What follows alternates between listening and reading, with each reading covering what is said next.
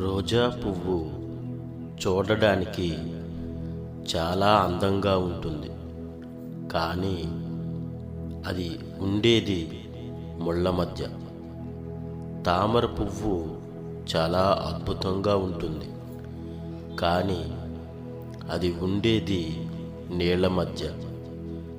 క్రైస్తవ జీవితంలో ఎన్నో శ్రమలు, బాధలు, కన్నీరు, కష్టాలు వంటి ముళ్ళ మార్గంలో నడవవచ్చు.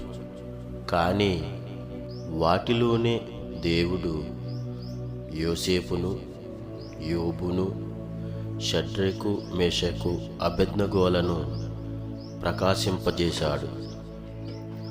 మనకు కొన్ని శ్రమలు, కష్టాలు, బాధలు దేవుడు ఎందుకు అనుమతిస్తున్నాడు?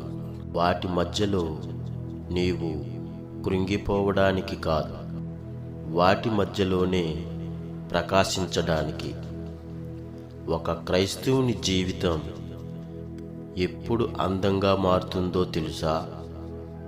క్రీస్తులో ఉన్నప్పుడు, క్రీస్తుతో నడుచున్నప్పుడు మనకు ఎదురయ్యే శ్రమల వలన శిల్పి చేతిలో శిలగా, నిప్పులో వేయబడి మెరిసే బంగారుగా, కుమ్మరివాని చేతిలో మంటి పాత్రగా, క్రీస్తు ప్రతిరూపాలుగా మార్చబడతాము. ఆమేన్.